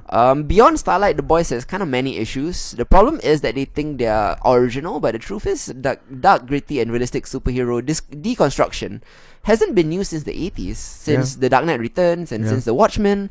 Although executed well and very well acted ideologically, this just feels like the thick's edgelord older brother who grew up reading Frank Miller and watching Zack Snyder. Ooh, that's a good one. Yeah, I don't get me wrong, I actually kind of like the show. Yeah. It's just not anything new. Okay. And I don't see why anybody is saying it's like, oh, it's so fresh and original. I've seen this a bunch of times. Like Dick has done this, Venture Brothers has done this. The whole idea of superhero associations have been done in animes a bunch of times, you know. So, it's a 6 out of 10 for me. Okay. Do you watch it? I'm not done yet. Okay. I heard there's a big twist at the end. Yeah, you can see it coming like in episode 3. Okay, can. Yeah, you already know what the twist is. Alright, when I finish it, I'll tell you. So, Carl Urban's character, they mentioned that the reason he hates superheroes is because his wife died, right? Yeah. I mean, guess what the twist is? His wife is alive. Yeah. That's so stupid. I know, right? Okay. Wow, shocker. Whoa. Okay. No, but there is an addition to the twist Okay, that I don't... That you will see coming after they introduce the later subplot. Okay, right? okay, but can. it's nothing special. Okay. Next up, I'll be talking about a comedy called The Dead Don't Die Ooh. by one of cinema's most esoteric auteurs, Jim Jarmusch. What's this about? He is the director of Ghost Dog, Coffee and Cigarettes, Only Lovers Left Alive, with Tilda Swinton, Broken Yeah. Flowers. It's a zombie comedy I was extremely excited for because he's assembled one of the most amazing casts in cinematic history for this project. What? It has Bill Murray, Adam Driver, Tilda Swinton, Chloe Sevigny, Steve Buscemi, Danny Glover, Rosie Perez, Iggy Pop, Reza from Wu-Tang Clan, Selena Gomez, Tom Waits, Carol Kane, and much more. The result is interesting, if not always successful. There is a zombie outbreak in a dull town called Santersville where zombies don't just crave human flesh, they crave whatever habits or hobbies they loved when they were alive. So they croak out Wi-Fi or Xanax or Chardonnay or coffee. It's a cute premise that I've seen done before in another show called Wellington Paranormal, which we reviewed last year. So it isn't as original as Jarmusch thinks it is. It has social commentary about consumerism in Trump's America and meta pop culture references, which are all clever. But we've seen it before. And only 50% of it works. Oh. So it's a hit and miss kind of thing. The Dead Don't Die is delivered in one long deadpan note. Some of his side gags and quips are gold, others are just filler. But it's still kind of interesting in a wacky sort of way. It's undoubtedly hipster smart. It feels very like, oh, we're hipster, like we're deadpan, we're cool. Okay. Reveling in irony and satire and eccentricity, but its humor and its themes are too scattershot and laconic to deliver hearty chuckles or be Okay. consistently entertaining. Okay. It's a 5 out of 10 for me. Alright. Next up, I'll be talking about the new Child's Play. This contemporary reimagining of the 1988 horror classic follows Karen, played by Aubrey Plaza, who is a single mother that gives her son a Chucky doll. While the original movie featured a serial killer using voodoo magic to implant his vengeful soul into the toy, Yeah. this modern version is evil. Guess what? Because of why? Why? Artificial intelligence. Oh shit, Chucky's AI. Because that's hip nowadays. That kind of makes sense though. I know. While Mark Hamill's voice does a great job of imbuing this updated Chucky with a sense of menace, the film itself does a poor job of developing tension or character investment. To its credit, it's extremely gory and violent, but it gets boring after a while. There's only so much gore and violence. So basically, Chucky got. his AI got corrupted lah. Chucky got Black Mirrored. Oh no. This Child's Play reboot is dull and diluted. Give it a miss. It's 4 out of 10. Speaking of scary dolls, let's talk about Annabelle The other Comes scary Home, the latest installment of the Conjuring cinematic universe, which has more movies than the DC universe, I think. Although it's slightly better than Child's Play, this summer's other possessed doll movie isn't great either. Annabelle Comes Home is kind of a teen horror movie done Conjuring style, complete with character tropes like there's a babysitter, there's a bully, there's a burnout pizza guy, there's a cute boy who comes around for a poorly timed fling. It can be fun, and it works in the same guilty pleasure way that many 90s horror movies did, an I Know What You Did Last Summer 3 kind of way. Oh, that's not good. I know. It's just that this formula seems so dated now. It is. It's just a succession of predictable jump scares featuring cameos from various cursed objects in the Conjuring universe. Is it amazing that dated and nostalgia is such a fine line? Sure, yeah, because nostalgia, you need to have a bit of a fresh interpretation of it, which is why Kind we of, rated right? Stranger Things so much higher Exactly. than The Lion King. Yeah. So this one has nothing of Nothing that sort new. lah. So Okay. it's kind of burdened by a lack of fresh ideas and common sense, Yeah. which is it's a competent popcorn thriller at best. Okay. It's 5.5 out of 10. Oh, right. Okay. Yeah. So next up, I guess we'll be going into Isa's Anime Corner, which is Ooh. I think every 2 or 3 months, every season, Isa will be breaking down the hits and misses of Anime the anime, what is good and what is new this season, Isa. and some Talk to stuff us that about is like upcoming. Yeah. Yes, so let's start off the usually the most anticipated season of the year for anime, which is the summer season. This time around, I've got a couple of recommendations, some more than others, and a bit of a controversy about one of the recommendations we're going to have. Let's get out a returning season of anime out of the way before I talk about the new titles that are out that are pretty interesting. So Danmachi 2, also known as Is It Wrong to Pick Up Girls in a Dungeon, has returned for its second season following a 3-year break. And of course the spin-off, which was SWORD Oratoria, which told the exact same story from a different character's point of view, which we found pretty fascinating. And so far it's been very fun. You have all your characters returning. The stakes are a little bit higher than they used to be. All in all, it's a very fun, yet again, another anime set in an MMORPG-like world where there's dungeons and leveling and factions and all of that, where basically the gods have descended and have given their blessings to humans who become part of their familia, right? And we follow the story of Hestia, who is actually the Greek goddess of the hearth. Yeah, so Hestia has only one family member in her familia, and we follow his story, and he's back for a second round, but now as he has to continue to grow from strength to strength and receiving his Argonaut power, which always gives him a fighting chance regardless of the event at hand.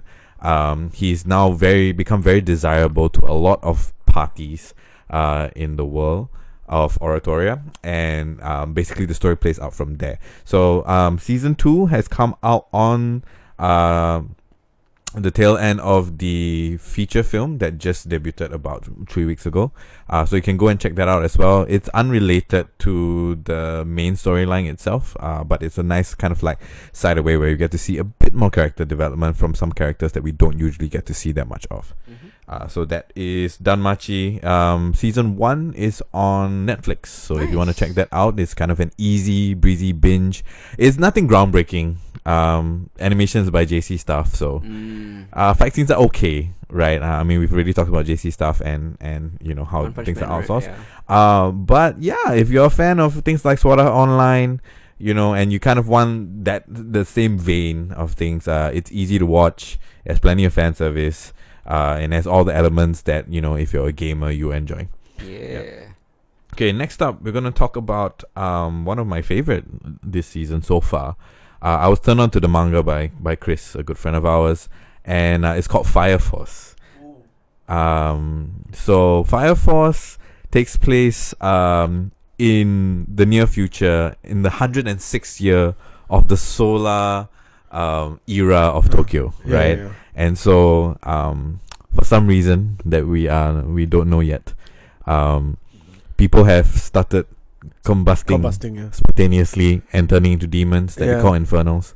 And so they've created the Fire Force, Fire Force, right, which is like an offshoot of the firefighters, whose main job is to put out the fire demons, more so than the actual fires themselves. And what's interesting about this is that the Fire Force is made up largely of pyrokinetics, and people who can control flames. And they are assisted by a whole slew of technology that allows them to do these things. So there's a heady mix of like religion going on with this whole new era being shuttled in, and people are scared all the time of randomly becoming fire demons. You know, there's a whole new church involved in this, the Church of Sol. The Church of Sol, yes, that's right. And we've got the National Defense Force, you got the Fire Force. So there are a lot of big organizations with hidden agendas, striving to find out why this is going on for their own reasons, right?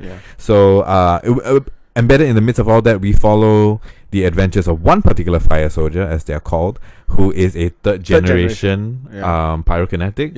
And he can create flames out of his feet. Right, and so he has a personal kind of chip on his shoulder, which is the reason why he joined the Fire Force, and the unveiling of that story amidst the greater world building Yeah, that yeah. we see in this anime is what we are following. Animation style is excellent. Yeah, it is. It is very, very reminiscent of Blue Exorcist, if any of you... Same guys, right? No, not the same guys, actually. The production house, the studio is David Production, who have brought us greats such as JoJo. Oh, okay. Actually, they've done all the JoJos, Okay. right? And they've done Fire Force. They've done one of my favorite called Sakurada Reset as well. They've done Planetarium, which I really liked as well. So they are no strangers. Oh, they did Bento also. Oh, okay. Yeah. We like that one. Yeah. So David Production, very well loved for some of the things that they've done. Yeah. I think they've done a great job in terms of the tone and the look of this particular anime. It is very cohesive. I think the way that they've done that with all the symbology and all the uniforms look great and all the blue powers stripes. are quite Logical. yeah in its own In a way, right? I mean, it keeps to the internal logic quite well so far. Yes. As much as I love Fire Force, I have to bring up the fact that the series debuted quite recently. Yeah. And just before the KyoAni fire happened. Correct. So the last episode actually got delayed by a week, just out of respect for the tragedy that happened. And in addition to that, and this is a point of contention for many fans, is that they changed the color of the fire in that particular episode. Orange? From orange to like the blue hue thing, which again drew comparisons to Blue Exorcist, right? Okay. And so there's a lot of people up in arms saying that no, it's censorship. Some people were applauding them for being sensitive to the tragedy. Yeah. But at the end of the day, I mean, you can watch the anime and make up your own mind whether or not it was warranted. I do feel that they tried to be as sensitive as possible in this particular case. But much like any sort of tragedy that is reflected in fiction and in art, there's only kind of like so much you can do, right? Especially I haven't watched the Blue episode Fire yet. yeah, it's the most recent episode. Episode 4, is it? I think it's episode 5. Or 5, okay. Yeah, so How do you go? I'm sorry? I mean, does it look okay? I mean, like they kind of they put in a reason why the fire was different, but it kind of felt like, Shoe in lah. yeah, Okay. clearly so, Okay. But then again, given how a lot of anime always gets finished like down to the wire, right? I'm really not surprised. Okay. Alright, not Yeah. bad. What else? All right, let's go for Copcraft. Right, so I was telling Hideo about this. I think it's something that he would probably like a fair bit. So we, 15 years ago, a hyperspace dimension opens up in the middle of the sea and allows us to travel between two worlds. So that world has magic and aliens. And right now that has become like a port of trade, right, for everybody that's there. So we follow a particularly he's a beat cop. Well, no, he's a detective actually, and he gets paired up with someone from the other side, right, to kind of like chase down criminals who are part of both worlds, right? So there's a nice mix of magic that's going on that they're slowly trying to build up the world of that. There's a bit of action that goes on with your very standard. I mean, it's quite literally Copcraft lah. There's a fair bit of like detective work that's going on, which I quite like.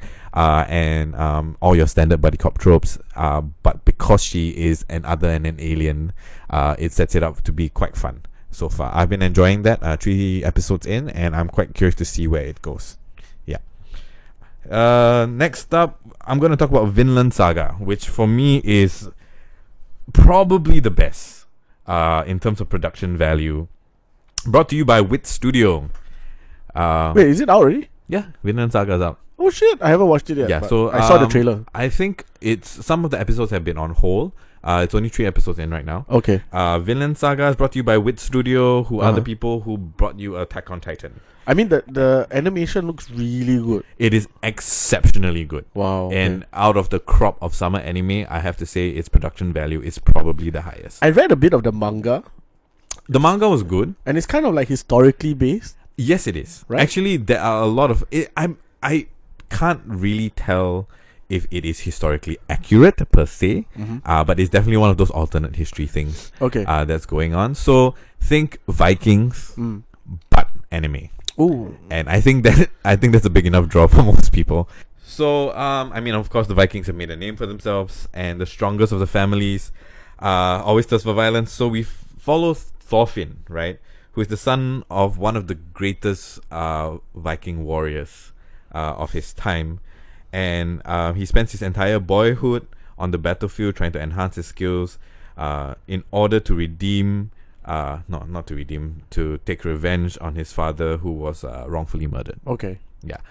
It's a fantastic kind of exploration of the culture. There's a lot of details in that I actually didn't know about.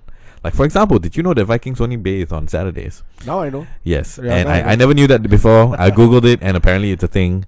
And so I'm pretty impressed with the amount of research and detail that has gone into creating this anime. Okay. The look and feel of it is great. The action is incredible, and I'm very, very taken by the music score. Very good stuff. Vinland Saga is definitely something that I'm going to be keeping a lookout for. All right. How many episodes in again? I 3. think it's 3 so far. Okay, as far got as it. I can tell. It's going to be 24 episodes long, so it's going to be pretty good. Right, and the last one that I have for this month's this version of Anime Corner is called Dr. Stone. Now, this is a bit of a mixed recommendation for me because I love the concept of it. The premise is fascinating, but the animation is a bit meh, right? But I mean, like, we'll see where this goes. I think there is a lot of promise, so I'm going to keep watching. So Dr. Stone, basically, for some reason, the whole world and all of humankind have become petrified. And 3,700 years later, right, two high school boys, one is Senku, who's a scientific genius, and one's his a moron, right? one's all brain, all brawn, no brain. yeah. They wake up in a world where everything is petrified and technology no longer exists. They are back to the Stone Ages. And they like have to develop the technology back. Yes. Right? So according to Senku, they are in a race back to the peak of civilization. And kind of my favorite line so far of the anime, where he says that I'm going to defeat fantasy with science. So the science is sound. In fact, they have a warning to not do the things that you are shown, because you can actually make gunpowder, for example, or you can actually make nitric acid. It's very, very real. It's very, very sound, and they teach you all these things. But the animation is a bit lacking, I think, overall production value. The story so far has been interesting in terms of its clash of philosophies between whether or not technology is a tool that's used for evil or used for good, whether or not the entire civilization should be resurrected and everybody brought back from the dead, but it hasn't played out fully yet, so I'm curious to see where this goes. Cool. Yep, that's all for me for an Anime Corner. Ooh, Anime Corner. Anime is going to be a big theme in the next couple of months because Weathering with You out. is coming soon, actually, September 12th in Yep. Singapore cinemas. It's obviously by the director of Your Name. Yep. So we're excited for that. Wait, Dina, bring this up on air, why not lah? I got an invite for the premiere, which think I'm inviting Isa for because Nice. he's the host of Anime Corner. I Of course, am very, very.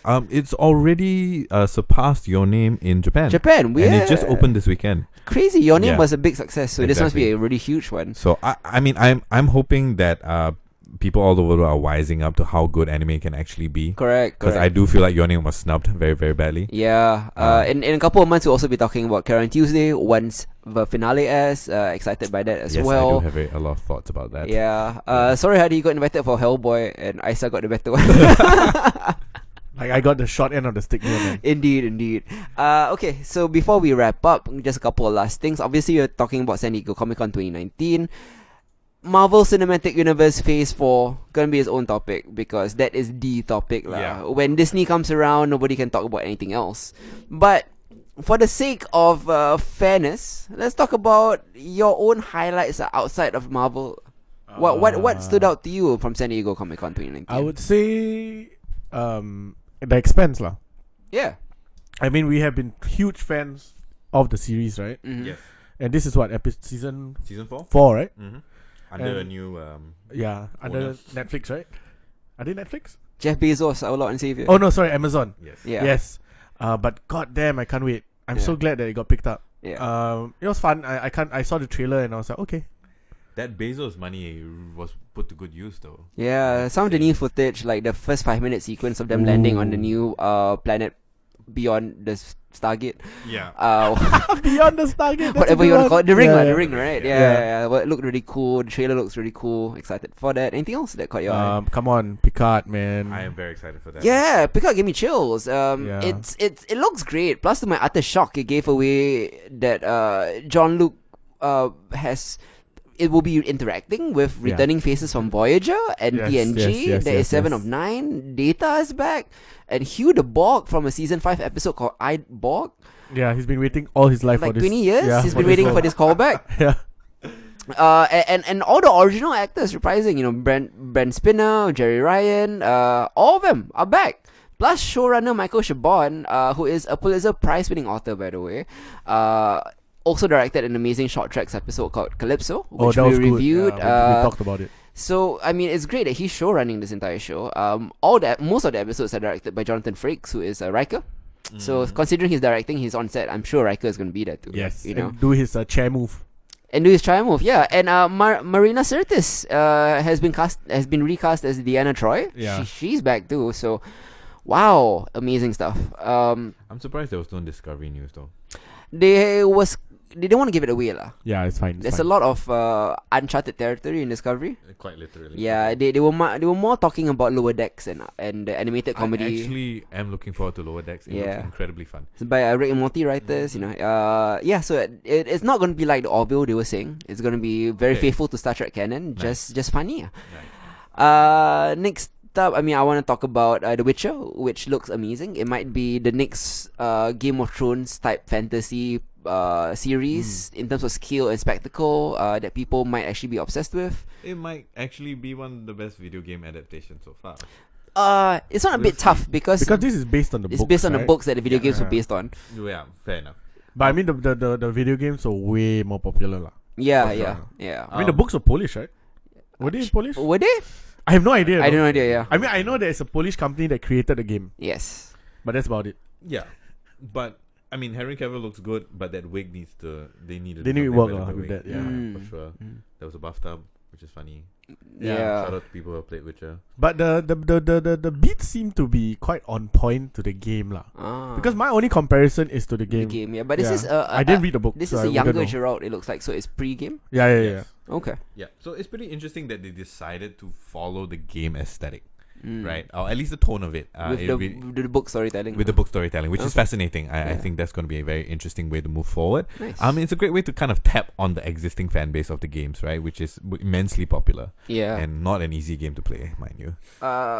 Quickly touching on His Dark Materials, speaking of book adaptations, it looks grand and gorgeous, so beautiful. It does. Daphne Keane, James McAvoy from the X-Men franchise. Yeah. I think in James the show. McAvoy is playing the character that From Golden Compass, the main guy. yeah, the James Bond guy. What's his name? Daniel Craig. Yeah, Daniel Craig. Yeah, I Oh, think really? he's taking over the role. I think so. Oh, Then you got X-23, Daphne Keane herself. You got Yeah. Lester Freeman from The Wire. Yes. You got Virgil from Luther. Alice. Oh, yes. Yes. So a lot of great British actors A in lot. this one. New Rick and Morty, Rick and Morty footage and announcements coming out. So Rick and Morty hasn't been around for a while. Glad to see it back. Yep. Also, Westworld season 3 continues to look nuts. And there's Yeah. going to be Hosts parts in Singapore. in the real world. They were filming in Singapore. There are Nazi robots for some reason. Bring on the Nazi robots. Yeah. So I'm excited. I've never seen Nazi robots before, so this is cool. We never play games enough. No, but those are usually Nazi zombies or just regular Nazis. No, they are robots. Oh, that's true. That's true. Yeah. The first big trailer for HBO's Watchmen also reveals itself. It's both a modern reinterpretation and a sequel of sorts to Alan Moore's graphic novel. After Leftovers, Damon Lindelof has earned a bit of goodwill with me, so I'm intrigued. We'll watch coming soon this year. Yeah, for sure. Yeah, man. What else is there? Oh, okay. Before we move on to MCU, Yes. gotta talk about DC because it's gotta be fair. Okay. Because Brendan Roof will be playing Ray Palmer and Kingdom Come Superman in Arrow's Crisis on Infinite Earths. Superman returns. He's back, and he won't just be an alternate universe Superman. He's Kingdom Come Superman. That's nuts. Then they casted Burt Ward. I think he's going to be playing an older Robin from the 60s Adam West show. Yeah. Way back, man. Can't wait for Crisis. It looks. I mean, all these crossovers always are fun. Like even if you don't follow the main storylines, For sure. You they can still jump in. they- We watch this every year. Yeah. they catch you up very easily, lah. Yeah. And this is also the end of Arrow. Yes. It's Yeah. kind of an end of an era, and I have mixed feelings about Arrow, obviously, but I have to say lah that Arrow's legacy is quite important to Yes, the it has TV superhero landscape lah. I mean, without Arrow, we don't have the rest. Correct, yeah. I did want to talk about Agents of Shield ending after season 7, but we'll talk about that next month when talk when we about talk Agents about of Shield. Yeah, but I mean superhero TV goat. Greatest of all time, best. Let's talk about MCU Phase 4, which is just what did Smorgasbord. what Smorgasbord. yeah it's what did George Bush say when he invented Iraq? Shock and awe. Yeah. Shock and all. This is shock and awe, man. Number 1, Natalie Portman playing Jane Foster Thor in Thor 4. Yeah. Dope. Thor, Love and Thunder, Yes. written Yes. and directed by Taika Waititi. She might be Valkyrie's new queen also. Yeah. Kevin Feige confirms there will be that she will be the big screen's MCU's first LGBTQ hero. Yes. At least Valkyrie will be. Mahershala Ali, 2-time Oscar winner, will Yeah. be switching fangs from Cottonmouth Cottonmouth. to Blade Yeah, as man. he will be playing in a reboot lah. Yes, It's a it's a reboot, right? A reboot. reboot Yeah, of Blade. Not didn't actually announce whether it was a movie or a TV show. So I'm not sure. He said Phase 5 2 days ago. Yeah, actually, but so- Phase 5, like for example, Falcon Winter Soldier is Phase 4, so that's a TV show. Yeah. So it could be on Disney Plus or it could be a movie. Oh, I What don't the know. hell? What do you Okay. think? I don't know. I I don't think I know. would I'm like okay. to I'm see okay if it. either. Give either, yeah. Yeah. Although part of me also believes that Blade kind of fits in better with the Hulu slate they have coming up because they have Hellstrom and Ghost Rider. Yeah. So I think Blade The whole fits in Marvel Knights kind of better. thing, lah. Fits in better with that. Yeah, lah. yeah, yeah. It's like the new Marvel Knights or the second round of Marvel Knights after Netflix was like the first Marvel Knights. Yeah, yeah, Related but not quite related. Okay, okay. Yeah. Also, we have the casting of Zhang from Kim's Convenience as Shang-Chi. Yes. Which And is, who's Mandarin? Who's Mandarin? Mandarin is Tony Leung. Tony Leung, motherfuckers. Yes, the Shang-Chi is subtitled. This is kind of a nice Easter egg. Like, people might overlook this, but it's Yeah. subtitled The Legend of Ten Rings. Yeah. It stars the Mandarin, who is mighty pissed that Iron Man 3 is fake Mandarin, so they're picking up that storyline again. Awkwafina is also in it. Yeah. This looks like it could be really fun. Yeah. It's Jong, motherfuckers. Yeah, the Eternals, one of the Marvel's unheralded properties, has an insane cast that has Richard Madden, Angelina Jolie, Oh, Kumail Nanjiani, Brian Tyree Henry, Salma Hayek, and lastly, Train to Busan's Ma Dong-seok. Yeah, my favorite guy. So insane. Black Widow's coming out. Yep. Footage sounds amazing. Sounds like Jason Bourne meets Winter Soldier. Yeah. The fight scene between Scarlett Johansson and Florence Pugh sounds like John Wick level kind of stuff. Mhm. WandaVision, I love it. new series, Yeah. will include an adult Monica Rambeau from Captain Marvel. Also tie directly, serving as a prequel to Doctor Strange in the Multiverse of Madness, which is what the title, by the way. Yeah. So, Doctor Strange in the Multiverse of Madness. It was Finally. announced as MCU's first horror movie. Yep. Great title. Scarlet Witch is supposed to be playing a big part in the movie, possibly as a villain. I'm assuming she also goes. called Scarlet Witch. Yeah, I'm assuming she goes mad in WandaVision. My theory: Wanda creates an alternate reality where Vision is alive and they have a family, much like Tom King's Vision comics. I love it. She goes nuts, messes up the dimensional fabric, kind of a House of M, but not really House of M, which leads to the Doctor Strange in Multiverse of Madness. Let's do this. Well, we could have House of M just slide in right there. Yeah, because they have the mutants too, which Yeah, is exactly. Yeah. To me, the Multiverse of Madness more than Thor 4 sounds the most interesting. Yes, by far. Yeah. In the Multiverse of Madness, what a title! What a great title! I love long Me titles. too. You also have Falcon and the Winter Soldier. Daniel Bruhl returns as Baron Zemo. Yes. Loki will star as the Loki that escaped from Endgame with the Space Stone. Yeah. So he's still that douchebag trickster because it's before his character arc in Dark World and Ragnarok. So he's still wearing the horn helm. Indeed. There's also a Marvel animated What If series, Yeah. which features Jeffrey Wright as Uatu the Watcher as the narrator. And it will focus on it's an anthology series focusing on alt universe stories like which what we loved in the what comic. if Peggy Carter became Captain America. I you know? love that. I hope they beautiful. do that. Yeah. Yeah, Let's go. That is the first episode actually. Oh, really? Voiced Yes, by announced Haley Atwell, who is back. Excellent.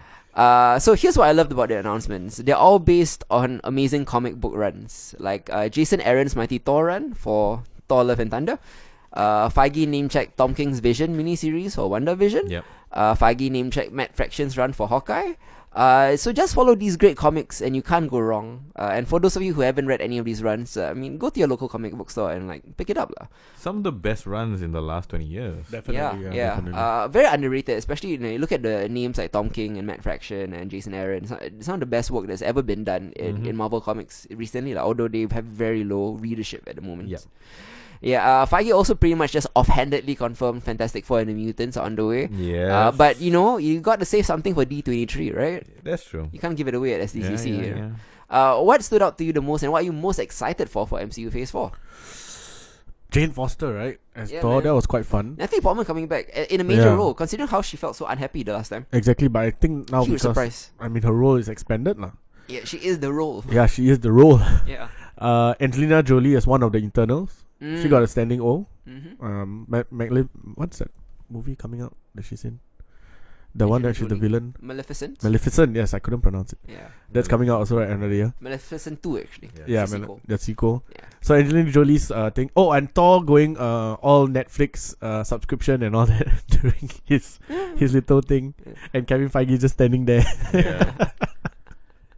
What about you guys? What are you looking forward to the most? The Mighty Thor run has been one of my favorite. So I'm definitely very curious to see how they go about doing that. Especially since the Mighty Thor run was so morose, right? Yes, It incredibly was so depressing, and Taika Waititi is not. I'm very curious as to how he's going to treat it, right? Yeah. Because I mean, okay, Natalie Portman doing Taika Waititi stuff, I'm down, right? Like she has comedic genius that I think we don't get to acknowledge a lot of the time. Yeah, okay. But the storyline for the Mighty Thor is incredibly sad, It is. in so many ways, and incredibly deep, right? So I really want to see. I feel like there's a gap there that needs to be filled, and I'm Yeah. very curious to see how he does it. If it's enough for him to kind of like put Akira on hold, thank God. Please don't Yeah. make Akira. Yeah.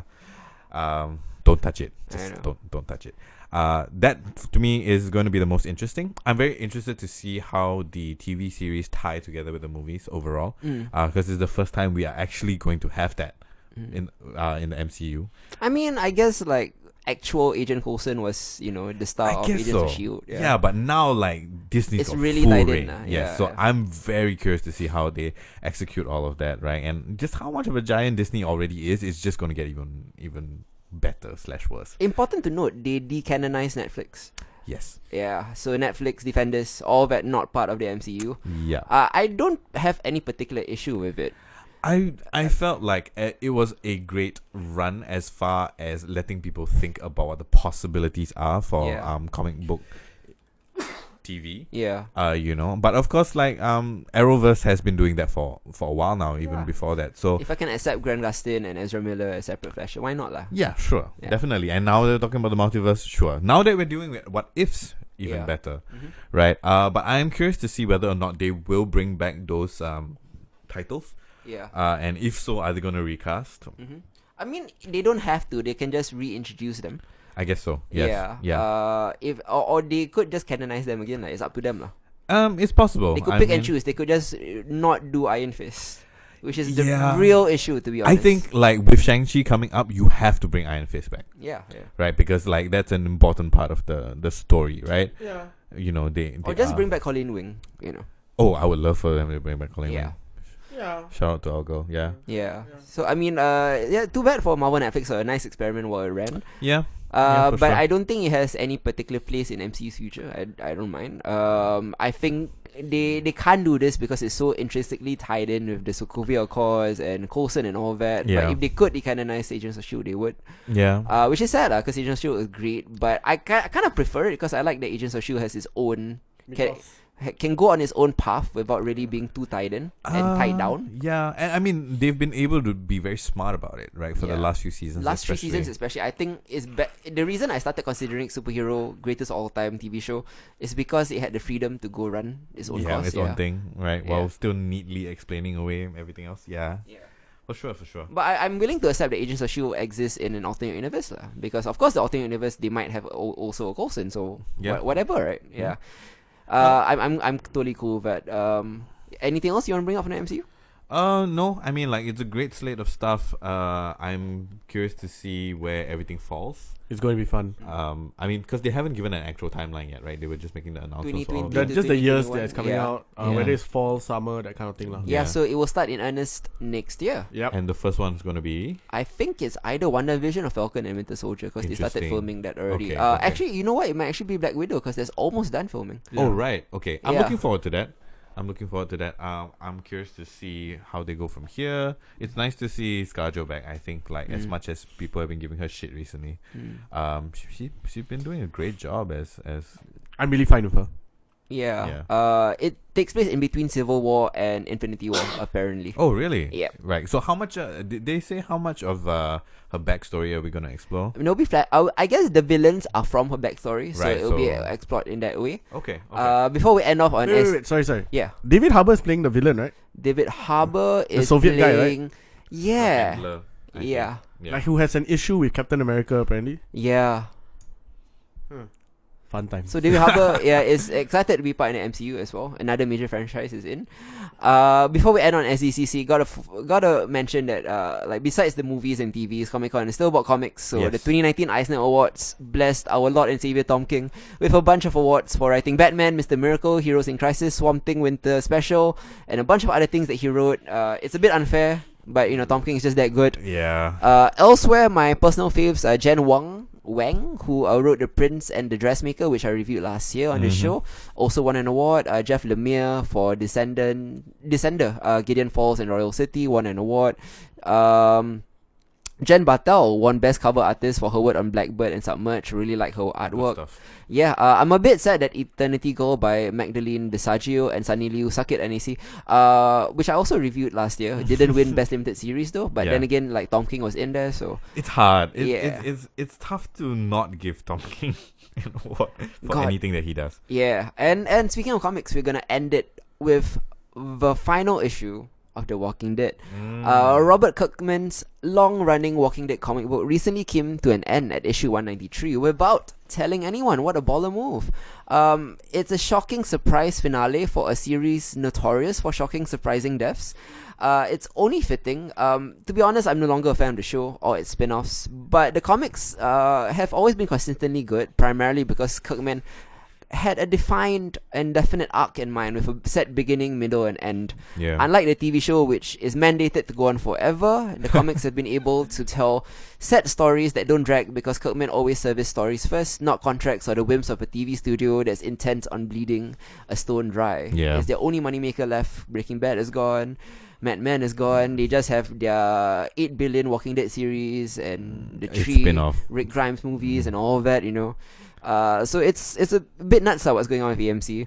But the Walking Dead comics have always been good, so just please go read the comics instead, especially if you're off the Walking Dead train. It just has flat out better storytelling, it has satisfying climax. People forget, but this comic actually changed the game within the zombie post-apocalypse genre. Yep. It has been done to death or undeath, I should say, but The Walking Dead reinvigorated it and revamped it and made it its own with a unique blend of realism and consequences, just like what Game of Thrones did for fantasy storytelling. I think it really revived zombies in mainstream pop culture, the For Walking sure. Dead comics.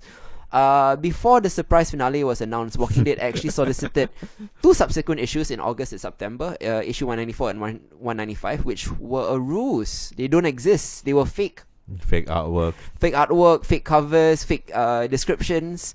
Such a baller move. They wanted 193 to be such a surprise ending. It just ended it right there. What?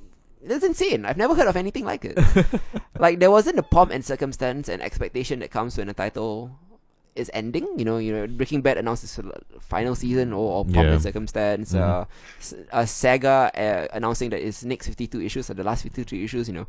All these expectations they avoided the expectations All together. and it's just ended it. No fucks given. No speculation, right? Because Game of Thrones ending, Yeah. all the fan theories and speculation. This way, you won't be disappointed because you didn't know and you didn't have time to make it up. I mean, he got to end it on his own terms, so Yeah. why not, right? Walking Dead is unique, and what's most impressive is that it has done such a good job over the entire 193 issue run without relaunching or rebooting, Yeah. which is a comic trope. Yeah. This is just one story, told from beginning to end, And told very well tight. over 15 years. Very, very tight storytelling. Yeah, and while most comics are based on the illusion of change, The Walking Dead has happened in real time, and characters have aged from children to adults. They've Mhm. lost limbs, they've lost eyes, they've lost friends and family members. They've died, and not died in a nudge wing way that Superman or Captain America died, but like really died. I heard the series concludes on a creative high with finality. That's something to be applauded. If only AMC's TV adaptation can learn the same lessons, Yeah. which is too bad lah. Yeah. So, RIP Walking Dead, they got shot in the head. It's the end. I mean, do you guys ever? I mean, are you still watching the Walking Dead TV series? Nope. I think we've left the series like 3 seasons ago or 4 seasons ago now. Indeed, yeah. When Glenn died, I think Glenn dying and the introduction of Negan. I stopped a That bit. was my last I time. stopped a bit before that. Yeah, okay, that was my I last stopped one. when Glenn died, actually. I couldn't care anymore. Yeah. I heard they killed off Rick Grimes, so I need to bring him back for 3 more movies. So don't it's that kind of understand. thing lah. Yeah. Too bad. Wait, Rick Grimes is dead? Well, they quote unquote killed him off in the show, but then they revealed that he's actually alive and he's on his own adventure now, which will be a trilogy of movies that will be released in cinemas, no. not on AMC. Okay. Yeah, so it will be the Rick Grimes franchise. At least his own movie franchise lah. Okay. Yeah, so Good he's God. departing from the group. So they did Fast and Furious lah. I guess like he's the Hobbs and the Shaw lah. Yeah, okay. Yeah. Okay. This is it for this episode of Genre Equality. Next month. Oh my gosh, next month. What do we have? Talking about greatest of all time superhero show, Agents of Shield. Literally my favorite show. Woo. Like at least superhero wise on the air right now. Delivering a really stellar 6th season. Really moving into season 7 on a high. Really love what they're doing as well. We'll also be talking about a bunch of other things that are fun, such as there is Scary Stories to Tell in the Dark. Yes. Guillermo del Toro produced anthology series. Oh, yeah, Not yeah. series, sorry, movie of short stories. The Handmaid's Tale, which I don't know if Hadi's still watching. Watching. Okay, cool. Handmaid's Tale has been up and down this season. Yeah, I'm only like 3 episodes in. Yeah. We'll be talking about Young Justice Outsiders, which will be ending. Yes. I'll be talking about a bunch of other things. Like there's some stuff on the Cartoon Network I really like Infinity Train looks really good. Rocko's Modern Life is coming back. Legion has been surprising me this season because it's been really good. Yeah. Back on track. Nice. He's like a cult leader now, right? Yes. He's straight up villain. Evil lah. Yeah. Which I think they took the scenic route to get there. Yeah. But now that they're there, it's been really good lah. Some stuff on the poll list that I kind of pushed from this episode to next episode, but I'll be talking about Brian K. Vaughan's Paper Girls, which is an incredible comic series that's ending in a couple of days from now, so I don't have time to talk about it for here. So I'll also be talking about a book of short stories called Someone Who Will Love You in All Your Damaged Glory by creator of BoJack Horseman. Yeah. I didn't have time to review it here, but I'll review it next month. Don't worry lah, books don't have kind of the... they have the shelf life, like pun intended lah. Quite literally. Quite but literally. Like, Indeed. Look forward to us gushing about Agents of S.H.I.E.L.D. because you can already tell we like it. Yeah. Agents of S.H.I.E.L.D. is the shit, yo. Go watch Agents of S.H.I.E.L.D. I know it's non-canon and all, but go for who it. cares? Yeah, who cares, man? Who cares? That's not the point. That's not the point. Till next time, this has been Hitzer. I'm Hadi. I'm Isa. Goodbye. Bye-bye.